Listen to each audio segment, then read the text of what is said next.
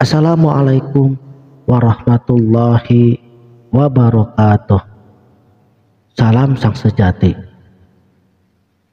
Allah Subhanahu wa taala berfirman di dalam surat Al-A'raf ayat 29. Katakanlah bahwa Tuhanku memerintahkan untuk berbuat adil dan menghadap ke arahnya dalam setiap kali sholat, serta untuk ibadah kepadanya dengan sepenuh hati. Karena seperti awalnya Dia menciptakan kita, begitu juga kita akan kembali kepadanya.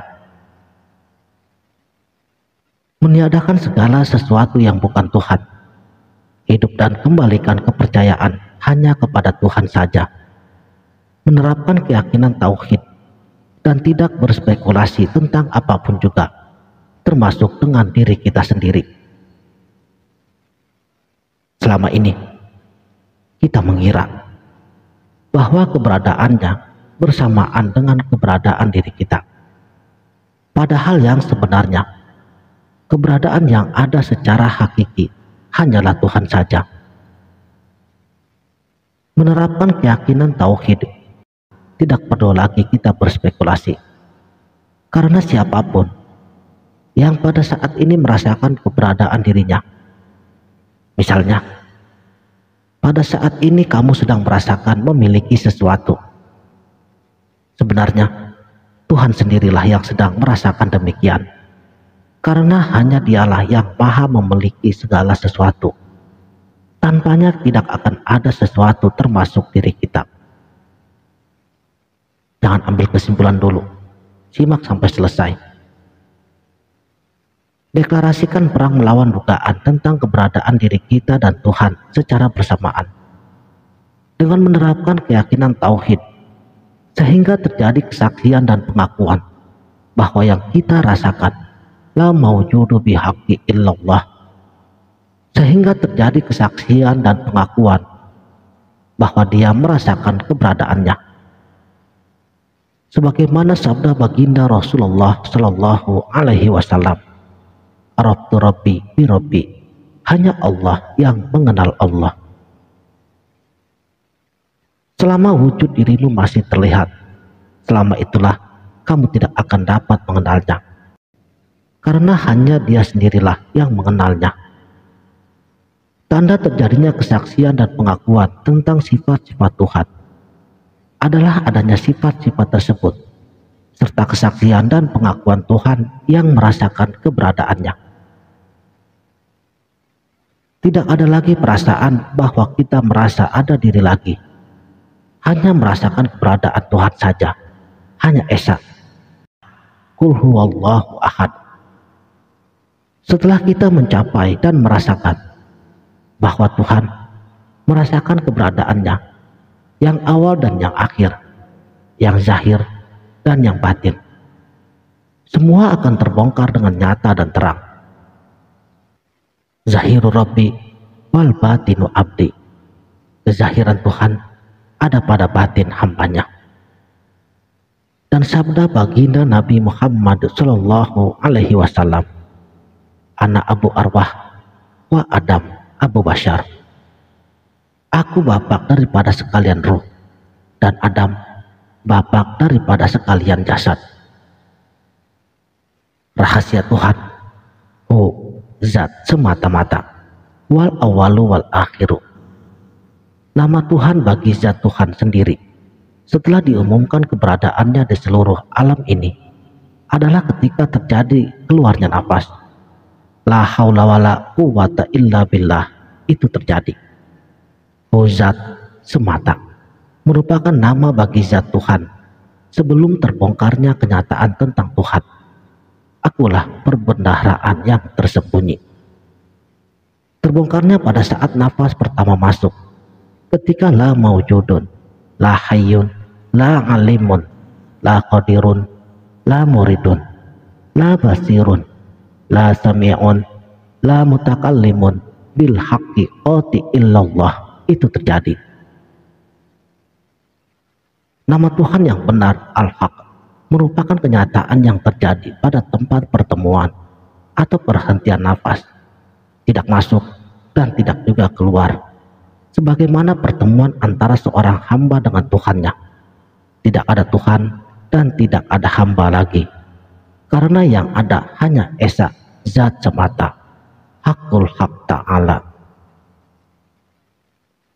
Makanya dalam zikir diam, kalau diamnya sudah benar, maka nafas akan berhenti dengan sendirinya. Saudaraku, sang sejati, inilah tempat pertemuan di antara kedua lautan, lautan lahir dan lautan batin. Pertemuan wal awalu waz zahiru. Dibandingkan dengan Nabi Musa alaihi salam waz zahiru, dan dengan Nabi Khidir alaihi salam wal batinu. Hum adalah nama Tuhan yang terakhir kali disebut pada saat nafas terputus. Alif terletak pada batang hidung, lam terletak pada lidah. Tongkat langit-langit yang memperbolehkan nafas penghabisan itu keluar melalui ubun-ubun dengan cara yang lurus setelah nafas pertama memasuki tubuh setelah ruh ditiupkan. Jika lidah tidak menempel pada langit-langit, maka nafas yang terakhir dapat tersesat, tidak menempuh jalan yang lurus tetapi jalan yang bundar. Mim terletak setelah nafas penghabisan berhenti. Kullu nafsin za'iqatul maut. Setelah terjadinya nafas penghabisan, jembatan yang menghubungkan ruh wal batinu dengan jasad wal zahiru itu terputus, maka wal akhiru barulah akan muncul. Sedangkan alif, lam, mim, Allah yang maha lemah lembut dan yang maha meliputi seluruh alam zahir dan alam batin. Jasad selalu mati seperti mayat. Seperti mayat, begitulah jasad kita sekarang. Mayat tampak hidup karena rohullah ditiupkan ke dalamnya. Rohullah yang hidup memancar dan terlihat melalui nafas. Selama masih ada nafas, jasad akan tampak hidup. Segala sifat ketuhanan yang terlihat atau terasa pada tubuh adalah sifat ruhullah yang dinyatakan pada tubuh melalui nafas. Oleh karenanya, nafas adalah pekerjaan ruhullah yang menyampaikan segala sesuatu pada tubuh. Ruhullah adalah sifat ketuhanan yang bersifat gaib, yang tidak terlihat oleh mata, tidak dapat diraba oleh tangan, dan tidak terlintas dalam pikiran. Sifat ruhullah ini dinyatakan pada tubuh melalui nafas, dengan merasakan sifat hayunnya di sebalik keluar masuknya nafas. Nafas adalah jalan yang menghubungkan tubuh dengan ruhullah. Setelah nafas terhenti, maka jalan penghubung di antara tubuh dan ruhullah ini barulah terputus. Nafas adalah jalan yang menghubungkan ruhullah dengan tubuh, menjadi tempat di mana ruhullah menyerahkan segala apa yang ada padanya kepada tubuh, dan di mana tubuh menyerahkan segala apa yang ada hanya kepada ruhullah. Setelah ruhullah ditiupkan ke dalam tubuh, maka nafas menjadi jalan penghubung di antara ruhullah dan tubuh. Setelah keluar dari rahim ibu, maka ruhullah terus terhubung dengan tubuh melalui nafas. Dan nafas ini adalah jalan yang lurus yang sudah ditanamkan di dalam setiap tubuh. Maka jaga jalan yang lurus ini agar tidak tersesat. Bernapaslah seperti bayi yang bersahaja. Jangan lari atau keluar dari cara bernapas bayi. Kata Rasulullah, carilah ilmu dari bayi yang masih dalam kandungan sampai mencapai ke dalam kubur. Napas bayi yang masih dalam kandungan belum tersesat, karena bayi sampai anak-anak sebelum ia bisa berpikir, ia tidak berdosa, dan jalan yang dilaluinya belum tersesat.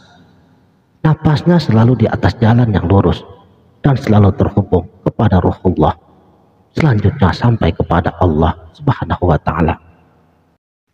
Untuk itu, marilah kita kembali kepada jalan yang lurus seperti bayi. Bernapaslah seperti bayi yang masih berada dalam kandungan, sebab napaslah satu-satunya jalan yang menghubungkan antara tubuh dan ruhullah. Setelah terjadi nafas penghabisan, seseorang dikatakan mati.